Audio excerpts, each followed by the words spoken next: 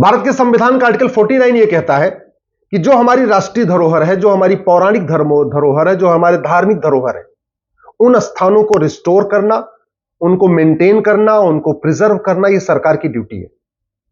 तो संविधान का आर्टिकल 49 यह कहता है कि सरकार को एक भारतीय धरोहर संहिता बनाना चाहिए, एक भारतीय धरोहर आयोग बनाना चाहिए, और जो भी हमारे धार्मिक स्थान थे, पौराणिक स्थान थे, ऐतिहासिक स्थान थे, जिनको मुगल काल में या ब्रिटिश काल में तोड़ा गया या उसको डिफॉर्म किया गया, उसको बर्बाद किया गया, उसको सरकार रिस्टोर करेगी। हुआ इसका उल्टा। 1991 में प्लेस ऑफ वर्शिप एक्ट बना दिया गया और यह कह दिया गया इन स्थानों को मुक्त कराने के लिए, इनको रिस्टोर कराने के लिए आप कोर्ट भी नहीं जा सकते। 1192 में कुतुबुद्दीन ऐबक ने दिल्ली के 27 मंदिरों को तोड़ा। उन 27 मंदिरों को रिस्टोर कराने के लिए जब कोर्ट जाते हैं तो कोर्ट कहती भैया ये तो 1991 का प्लेस ऑफ वर्शिप एक्ट कहता है कि आप रिस्टोर ही नहीं करा सकते। 1305 में अलाउद्दीन खिलजी ने सरस्वती मंदिर को तोड़ दिया, भोजशाला में जो है। अब भोजशाला में जब कोर्ट की लड़ाई चलती है तो कोर्ट कहती है जी 1991 का प्लेस ऑफ वर्शिप एक्ट मना कर रहा है कि आप इसको रिस्टोर नहीं कर सकते। तो कहां, जहां एक तरफ संविधान का आर्टिकल 49 यह कहता है कि इन धार्मिक स्थानों का, इन पौराणिक स्थानों का, इन ऐतिहासिक स्थानों को रिस्टोर करना सरकार की ड्यूटी है, सरकार ने वो काम नहीं किया। सरकार ने भारतीय धरोहर संहिता नहीं बनाया, सरकार ने भारतीय धरोहर आयोग नहीं बनाया, उल्टा प्लेस ऑफ वर्शिप एक्ट बना दिया। 1373 में सिकंदर शाह ने बंगाल में शिव मंदिर को तोड़ा और अदीना मस्जिद बना दिया। 1377 में तुगलक ने जौनपुर में अटाला देवी मंदिर को तोड़ के वहां पे अटाला मस्जिद बना दिया। 1410 में अलाउद्दीन खिलजी ने रुद्रमहालय मंदिर को तोड़ा गुजरात में और उसको जामी मस्जिद बना दिया। 1528 में बाबर ने भगवान श्री राम का जन्मस्थान तोड़वाया, उसको बाबरी मस्जिद बनवा दिया। चलिए वो तो रिस्टोर हो गया। 1552 में अहमद शाह अब्दाली ने भद्रकाली मंदिर को तोड़वा के वहां जामा मस्जिद बनवा दिया। जामा मस्जिद भी अभी चल रही है। और अहमद शाह ने कर्णावती को अहमदाबाद बना दिया था, वो अहमदाबाद आज भी चल रहा है। 1669 में औरंगजेब ने काशी विश्वनाथ को तोड़ा, वहां पर ज्ञानवापी बनवा दिया। 1670 में औरंगजेब ने भगवान कृष्ण का जन्मस्थान मथुरा में तोड़ा और तोड़ के ईदगाह मस्जिद बनवा दिया। संविधान क्या कहता है? Preamble, we are a sovereign country, यानी हम एक संप्रभु भारत हैं। संप्रभु भारत का मतलब न गुलामी का नाम होगा, न गुलामी का निशान होगा। आर्टिकल 49 क्या कहता है? यह सरकार की ड्यूटी है कि जो हमारे ऐतिहासिक धरोहर है, जो हमारी धार्मिक धरोहर है, जो हमारी पौराणिक धरोहर है, उन सब को रिस्टोर करें। अगर आजादी के पहले वो डिफॉर्म हुए हैं, वो तोड़े गए हैं, उनको कोई नुकसान पहुंचाया गया है, तो स्वतंत्र भारत की सरकार उसको सबको रिस्टोर करेगी। लेकिन कौन कहे रिस्टोर करने को? कौन कहे भारतीय धरोहर संहिता बनाने को? कौन कहे भारतीय धरोहर आयोग बनाने को? उल्टा प्लेस ऑफ वर्शिप एक्ट बना दिया गया 1991 में, और यह कहता है ये जितने आपके मठ मंदिर तोड़े गए हैं, जितने आपके धार्मिक स्थान तोड़े गए हैं, इसको आप रिस्टोर कराने के लिए कोर्ट भी नहीं जा सकते। प्लेस ऑफ वर्शिप एक्ट को भी हम लोगों ने चैलेंज किया हुआ है। हरिशंकर जैन जी ने, विष्णु जैन जी ने, हमने, सुब्रह्मण्यम स्वामी जी ने कोर्ट में चैलेंज किया है। बाकी मठ मंदिरों को मुक्त करने की लड़ाई हरिशंकर जैन जी और विष्णु जैन जी लड़ रहे हैं। वो जो अपना कुतुबुद्दीन ऐबक ने तोड़ा, यहां पे कुतुब मीनार बनाया, उसको भी मुक्त कराने की लड़ाई लड़ रहे हैं। भोजशाला की भी लड़ाई लड़ रहे हैं, अदीना की भी लड़ाई लड़ रहे हैं, अटाला की भी लड़ाई वो शुरू करने वाले हैं। इसके अलावा ज्ञानवापी की लड़ाई लड़ रहे हैं। हम सब लोग कोशिश कर रहे हैं कि हमारे सारे स्थान मुक्त हों, लेकिन कोर्ट में लड़ाई कब तक चलेगी? कोर्ट की लड़ाई की बड़ी लंबी प्रक्रिया होती है।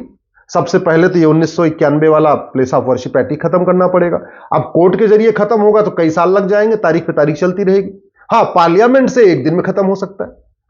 ऐसे ही ये जितने स्थान है, मान लीजिए प्लेस ऑफ वर्शिप एक्ट खत्म भी हो गया, तो भी ये जितने स्थान है, चाहे वो अटाला है, चाहे भद्रकाली है, चाहे भोजशाला है, चाहे वो ज्ञानवापी है, चाहे मथुरा है, ये अलग अलग मुकदमे अलग अलग कोर्ट में चलेंगे। पहले डिस्ट्रिक्ट कोर्ट में चलेगा, फिर हाई कोर्ट में चलेगा, फिर सुप्रीम कोर्ट में चलेगा। ये तो बहुत लंबा समय लग जाएगा। तो तरीका क्या है?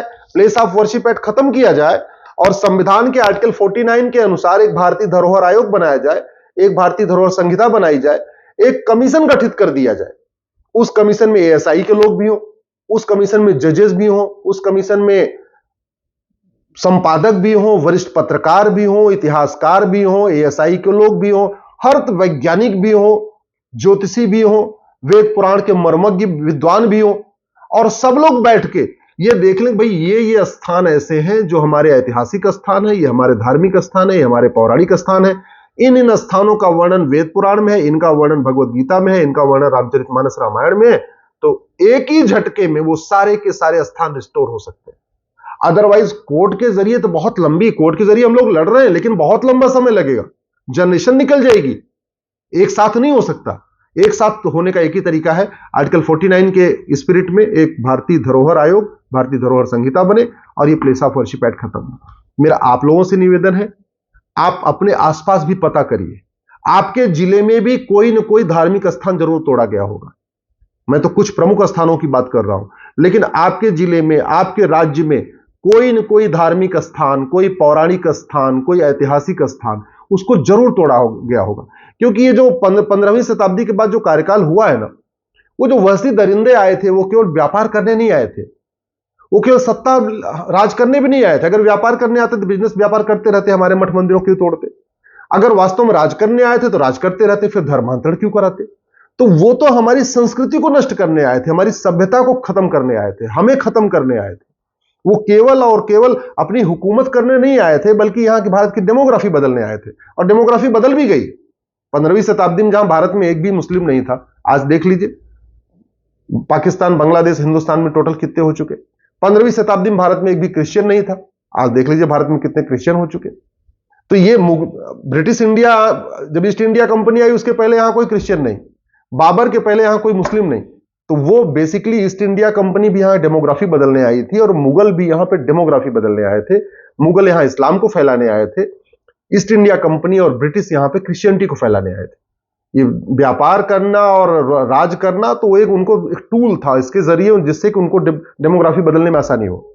तो मेरा आप लोगों से निवेदन है, अगर आप चाहते हैं कि ये जितने विवाद है इसका जल्दी समाधान हो, तो सबसे एक ही तरीका है, आप सब अपने अपने सांसद से, अपने विधायक से, अपनी पॉलिटिकल पार्टी से मिलकर कहिए कि एक भारतीय धरोहर आयोग बनाया जाए, एक भारतीय धरोहर संहिता बनाई जाए, ये प्लेस ऑफ वर्शिप एक्ट खत्म किया जाए, और वोट उसे करिए जो हमारे धार्मिक पौराणिक स्थलों को रिस्टोर करने का वादा करे।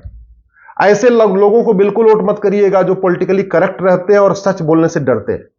कड़वा झूठ ने बर्बाद कर दिया, कड़वा झूठ बोलने वालों को बिल्कुल वोट मत करिए।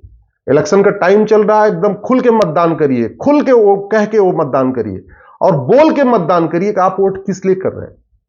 ये जो हमारे धार्मिक स्थान है, ये हमारे अगर स्टोर हो जाएंगे तो हमारी सनातन संस्कृति बहुत मजबूत होगी, और स्टोर नहीं होंगे, आज भी वहां पे अगर गुलामों का निशान रहेगा, तो सबसे बड़ी बात तो यह रहेगी कि हमारी गुलामी की मानसिकता खत्म नहीं होगी।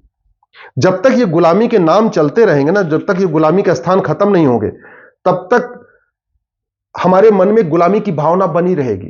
हमें गुलामी का इतिहास पढ़ना पड़ेगा। तो मेरा ये मानना है, ना तो गुलामी का हमें इतिहास पढ़ने की जरूरत है, हमारी बहुत अच्छी संस्कृति रही है, हम क्यों 15वीं शताब्दी के बाद वाला इतिहास पढ़े। और दूसरा, ये जो स्थान है, ये जो तोड़े गए हैं, इसको रिस्टोर करवाना ये हमारी फंडामेंटल ड्यूटी है। अगर हम स्वतंत्र हैं तो स्वतंत्रता का मतलब केवल ऐसे नहीं कि हमें रोटी कपड़ा की स्वतंत्रता हो चुकी है। स्वतंत्रता का मतलब होता है धार्मिक स्वतंत्रता, स्वतंत्रता का मतलब होता है सांस्कृतिक स्वतंत्रता। तो अगर हम स्वतंत्र हैं तो हमें धार्मिक स्वतंत्रता भी मिलनी चाहिए, हमें सांस्कृतिक स्वतंत्रता भी मिलनी चाहिए, और वो तभी हो सकता है जब हमारे जो मठ मंदिर तोड़े गए थे वो रिस्टोर किए जाएं। कोर्ट के जरिए रिस्टोर होगा, बहुत लंबा समय लगेगा। कोर्ट के जरिए तारीख पे तारीख चलेगी, डिस्ट्रिक्ट कोर्ट में मुकदमा चलेगा, फिर हाई कोर्ट में मुकदमा चलेगा, फिर सुप्रीम कोर्ट में मुकदमा चलेगा, लगातार तनाव भी बनेगा। जब जब तारीख पड़ेगी, मीडिया में डिबेट होगी, आपसी भाईचारा भी उससे खत्म होगा। इसलिए बढ़िया यह है, एक बाकायदा नेशनल हेरिटेज कमीशन बने, एक नेशनल हेरिटेज कोड बने, एक भारतीय धरोहर संहिता, एक भारतीय धरोहर आयोग बने, और एक झटके में पूरे भारत के जितने भी हमारे मठ मंदिर तोड़े गए थे उनको रिस्टोर कर लिया जाए।